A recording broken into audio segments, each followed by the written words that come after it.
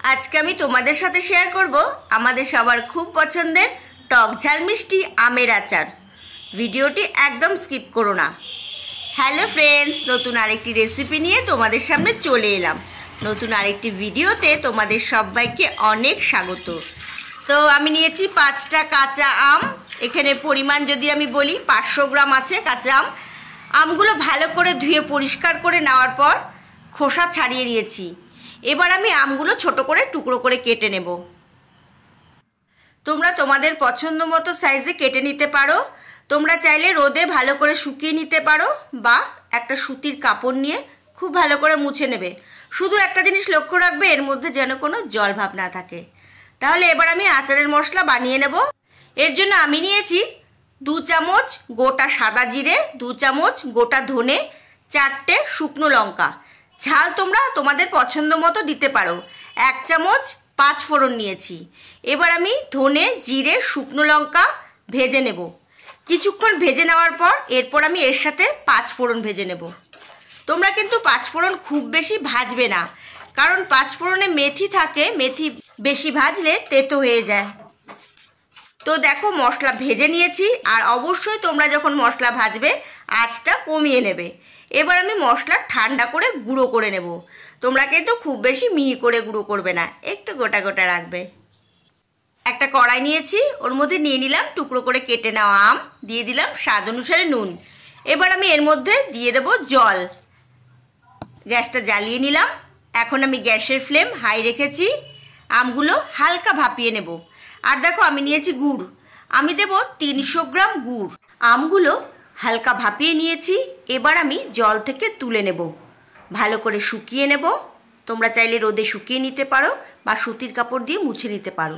কড়াই বসিয়ে দিয়েছি, এর মধ্যে দিয়ে দিলাম সামান্য জল। এবার আমি এর মধ্যে গুড় দিয়ে দেব।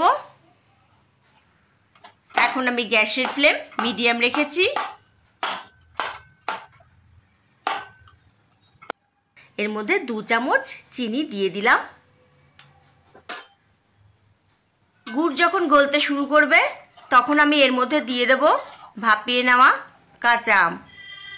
বন্ধুরা, তোমরা যদি এই রেসিপিটি ফেসবুক পেজ থেকে দেখে থাকো তাহলে পেজটিকে তোমরা আজকেই ফলো করে রেখো। আর যদি তোমরা ইউটিউব চ্যানেল থেকে দেখে থাকো তাহলে আমার চ্যানেলটিকে সাবস্ক্রাইব করে হয়ে যাও আমার পরিবারের নতুন আরেকজন সদস্য। আমগুলো সেদ্ধ করার সময় নুন দিয়েছিলাম, তো নুন বুঝে দিতে হবে। দিয়ে দিলাম স্বাদ অনুসারে নুন। দিয়ে দেব 2 টিস্পুন হলুদ গুঁড়ো। আঁচটা বাড়িয়ে রেখেছি। অনেক রকমভাবে আমের আচার আমি বানিয়ে দেখিয়েছি তোমাদের, আমার চ্যানেলে এখনও দেওয়া রয়েছে। তোমরা যদি এখনও না দেখে থাকো তাহলে প্লিজ গিয়ে দেখে নিতে পারো। তো দেখো আমগুলো হালকা সেদ্ধ হয়ে গেছে। যতক্ষণ না জল কমে আসছে ততক্ষণ রান্নাটা করে নিতে হবে। আর তোমরা ঝাল বুঝে দেবে, যেহেতু এটা টক ঝাল মিষ্টি আমের আচার, তো তোমরা একটু ঝাল বেশি দিতেই পারো। দিয়ে দিলাম 1 চামচ ভাজা মশলা। আর একটু জল কমিয়ে নিতে হবে। যতক্ষণ না জল পুরো শুকিয়ে আসছে ততক্ষণ রান্নাটা করে নিতে হবে। তোমরা চাইলে এর মধ্যে একটু ভিনিগার দিতে পারো, তাহলে কি হবে আচার অনেক দিন ভালো থাকবে, তোমরা অনেক দিন রেখে খেতে পারবে। আর তোমরা কি করবে, কাচের জারে রেখে দেবে, তাহলে নষ্ট হওয়ার কোনো ভয় থাকবে না। তোমরা দেখেছো এখন আমি দিয়ে দিলাম ভাজা মশলা 2 চামচ। তো দেখো আমার রান্না একদম কমপ্লিট হয়ে গেছে। কতটা সুস্বাদু হয়েছে এটা আশা করি তোমরা বুঝতেই পারছো। তাহলে চলো এবার খেয়ে দেখা যাক। তো আচার আমার একদম রেডি হয়ে গেছে, চলো এবার খেয়ে দেখা যাক।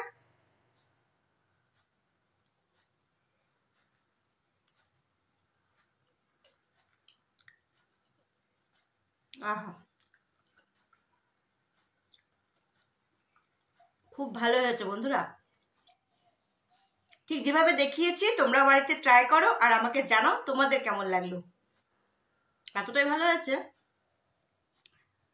মনে হচ্ছে খেয়ে যাই। রেসিপিটি ভালো লাগলে লাইক, শেয়ার, সাবস্ক্রাইব করতে একদম ভুলবে না। সবাই খুব ভালো থেকো, সুস্থ থেকো। খুব তাড়াতাড়ি তোমাদের সাথে আবার দেখা হচ্ছে নতুন কোনো এক ভিডিওতে। ততক্ষণের জন্য বাই, লাভ ইউ অল।